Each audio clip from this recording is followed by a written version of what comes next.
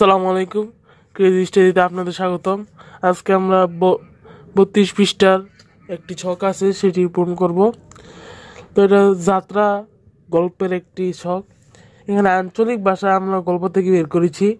আস্তে আস্তে ভিড় কইও না, আর ভিড় কইরেন না, আর উঠবেন না, নাও ডুববো কইলাম। এটা হচ্ছে অশুদ্ধ ভাষা বা আঞ্চলিক ভাষা। প্রমিত বা শুদ্ধ রূপ হচ্ছে আস্তে আস্তে, ভিড় করো না, আর উঠবে না, নৌকা ডুবে যাবে।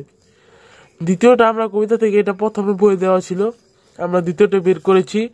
রাখাইলদা রয়ে গেল, নাও ঘুরাও, বাবারা নাও ডালে ঘুরাইয়া দাও।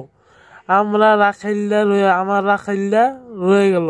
এটা শুদ্ধ ভাষা যদি বা প্রমিত রূপে বলি, রাখাইলদা তো রয়ে গেল, নৌকা ঘোরাও বাবারা ছেলেরা কোথাও আছো, কেউ বলো নৌকাটা ঘোরাতে। এভাবে আপনারা সবাই এগুলো ছকটুক পূরণ করে নেবেন। মাঝিদের পয়সা চাইতে হয় না, সওয়ারির এই দাম হাঁকছে, এটা হচ্ছে অশুদ্ধ ভাষা। মাঝিদের টাকার কথা বলতে হয় না, যাত্রীর এই দাম বলছে।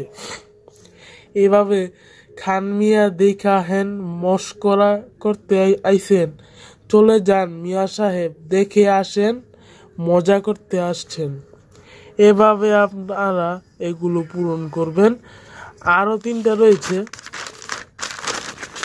এই যে এখানে